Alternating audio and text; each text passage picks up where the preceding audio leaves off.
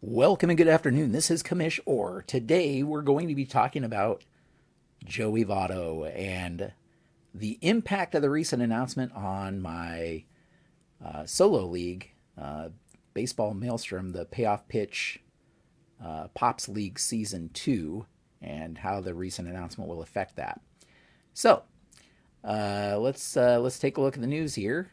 Just announced a few days ago at the time of this filming, Joey Votto, longtime Cincinnati Reds first baseman, retires. So Joey Votto retired. He was a six-time All-Star, 2010 MVP in the National League, and he's decided to hang it up and retire from baseball. And so, if we take a look at his baseball reference page here, let's just take a look at his career. Played from 2007 to 2023, all for the Cincinnati Reds, which is a pretty rare thing to happen nowadays. He did have that MVP season in 2010, where he hit 324, had a 424 on base, 600 slugging, for a 10224 OPS, which is incredible. Arguably, though, he had a little bit of a better season in 2017 even, when he hit 320, almost the same average. His on-base percentage was higher, 30 points higher, 454 compared to 424, and his slugging was a little bit lower, but nearly the same at 578 compared to 600. And his OPS was 1.032. So I don't know. You can make an argument that either one of those seasons is better, but he walked a lot more in 2017. Hit nearly as many home runs, 36 compared to 37, and both of those seasons were great. And so, how does the impact of him retiring? Why would that affect a solo tabletop baseball league? Well, as if you've followed the channel for any length of time, you know that I have a payoff pitch, what I call Pops League Season 2, going on right now.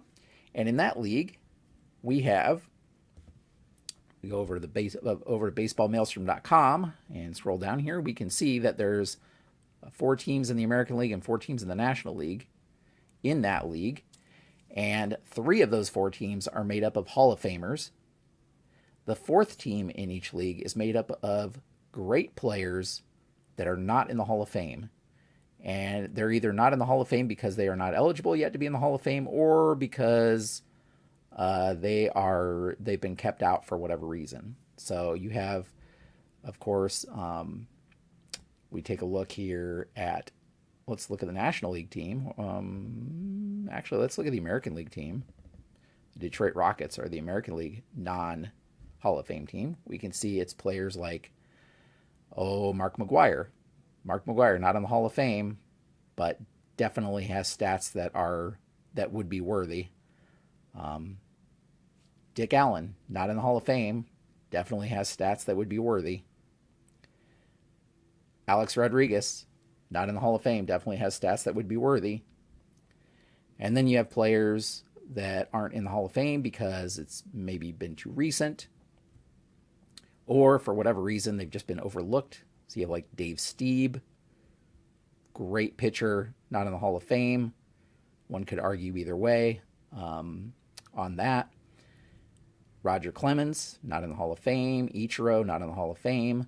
Again, some of these are not in the Hall of Fame. Miguel Cabrera, not in the Hall of Fame. I mean, because they've recently retired maybe, and so they're not quite eligible yet, but probably will be at some point.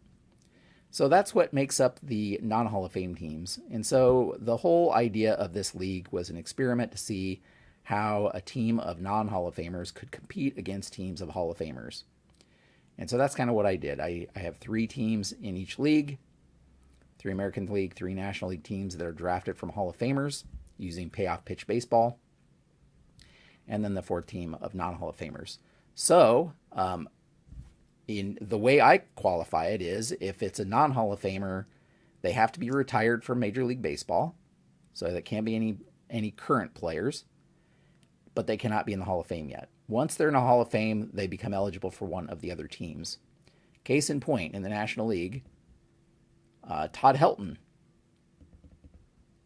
became a Hall of Famer, and as soon as he became a Hall of Famer, he was drafted, if you will, or joined the Los Angeles Dynamos, because he's now in the Hall of Fame. He had been playing for the Chicago Docks, which is the non-Hall of Fame team in the National League, because he was not in the Hall of Fame yet.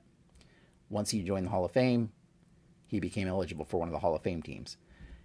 And not every Hall of Famer, obviously, is in the league. So it's only I have 2 at every position for all 3 Hall of Fame teams. And then 9 pitchers. There isn't every season carded for Payoff Pitch, so some pitchers older than that played in the early 1900s, for example, there isn't a carded season for them, so they aren't in the league. Now, there is a recent Legends or Bust set that Joe just released for Payoff Pitch, and I haven't gone through to see who's all included and who isn't in there yet. I'd imagine at some point I'm going to incorporate those cards into this league, but for season 2 at least, I think I'm going to just continue playing the way I have been, where I take a great season, one great season that they're carded for each of these players, and use that card. But the Legends or Bust has some possibilities for the future. I'm rambling a little bit there. Let's get back to Joey Votto.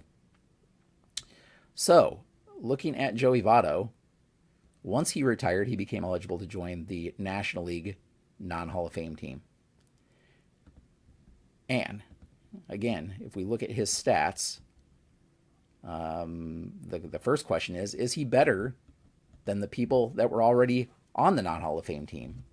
And what I've been using to qualify people is on Baseball Reference. You can look at this JAWS, which is it's a set, it's a scoring system that measures wins above replacement to determine a player's Hall of Fame worthiness. And it's like their career wins above replacement average with their 7-year peak. So it kind of serves to put players on a more even or a better competition with each other, I guess. And so what I do is I go to each position, I see the top 2 non-Hall of Famers, and then I see if there is a team that they would be on, or first I see if they have a great season that they've been carded for, and then they get assigned to one of those teams. So Albert Pujols joined when he retired the non-Hall of Fame team. Miguel Cabrera, I already mentioned, and we can see Joey Votto would be the number 3 ranked first baseman, according to JAWS, that is not in the Hall of Fame. So, looking at the Chicago Docks, their non-Hall of Famers were Keith Hernandez and Will Clark. And Keith Hernandez was a little bit better than Will Clark. If we go to this page, I believe we use Keith Hernandez's 1979 season is what I used. And he had a wins above replacement of 7.6 that year. And Will Clark, I used 1987. He only had a wins above replacement of 4.2 during that 1987 season. So he was not a starter. Keith Hernandez was starting in his place. Again, this was the team that lost Todd Helton, who had been the starter. But we can see that Joey Votto is better. In fact, I went to his wins above replacement here, and the 2017 season, he had 8.1. That 2010 season, his wins above replacement was 7. So I went ahead and used the 8.1, the 2017 season. Again, I think you could make an argument either way. But 2017, his on base is quite a bit better. He walked a lot more. He only had one fewer home run. And so that's the season I'm using, 2017. So I went to Payoff Pitch. I ordered the 2017 card set, and I brought in Joey Votto into the league. And he's so good, actually, that he immediately became the starting first baseman over Keith Hernandez. We can see here, if we compare, Hernandez has a better batting average if we look against righties. Keith Hernandez hit 353 against righties in his year. Votto only hit 331. But on base, Votto's on base is way higher than Keith Hernandez, and his slugging is way higher than Keith Hernandez. So he gets the starting nod over Keith Hernandez against righties. Against lefties, Hernandez, again, has a better average, but Votto has much better on base and slugging. And so he's the one that's going to be in the lineup. So he's joined the team, and he will play in their next game. So that's kind of how I determine that. You can follow the action, by the way, of this league at baseballmaelstrom.com. And I have two projects going on: Payoff Pitch, this Payoff Pitch project, which is like a fantasy project, if you will, and then I have a Best of the 30s tournament using Season Ticket Baseball. If you click on Best of the 30s tournament, you can get to that page. But the standings down here, the upcoming schedule, and the scores are all from the Payoff Pitch League. So, if we take a quick look at that, we can see in that league, Chicago Docks are tied for first place at 6-4. They finished in last place last season, in Season 1. They finished dead last. This season, they've had a better start, obviously, but it's still a very close race between the four teams.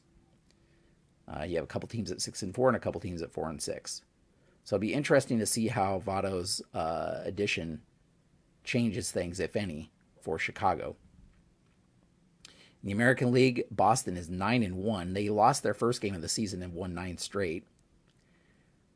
Detroit Rockets, the non-Hall of Fame team, was the World Series champion in Season 1. Right now they started at 5-5. So it'll be interesting to see that as well.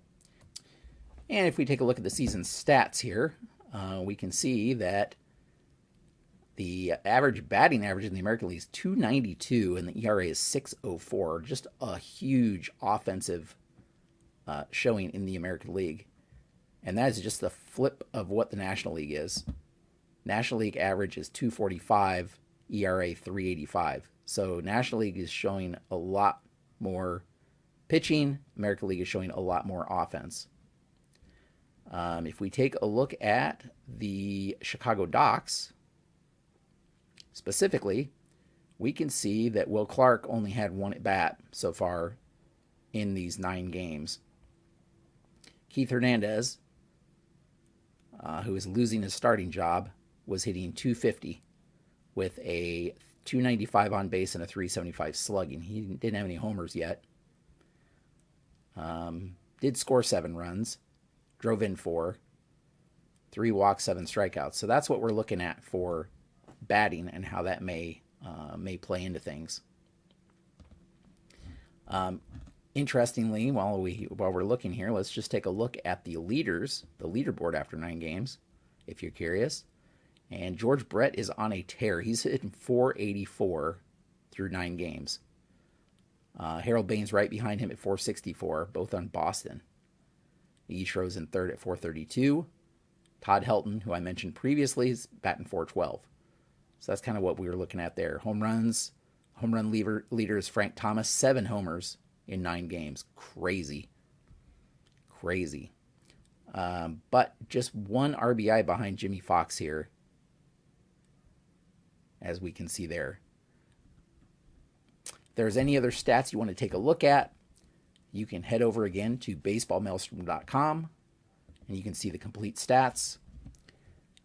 But just thought I would pop on real quick and show you the impact and the process I use when a player either retires or joins the Hall of Fame to see where they fit on these teams for this solo project I have going on.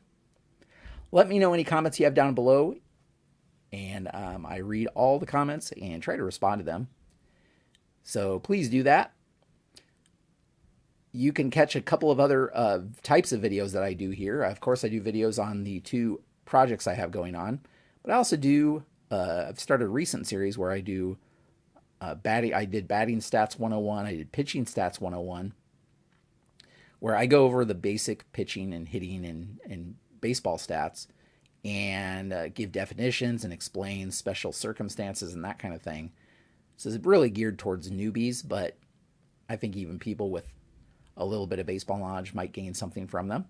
So consider subscribing if you want to follow those types of videos. I've done some play-by-play analysis to determine what happens with base runners when balls are hit in certain areas.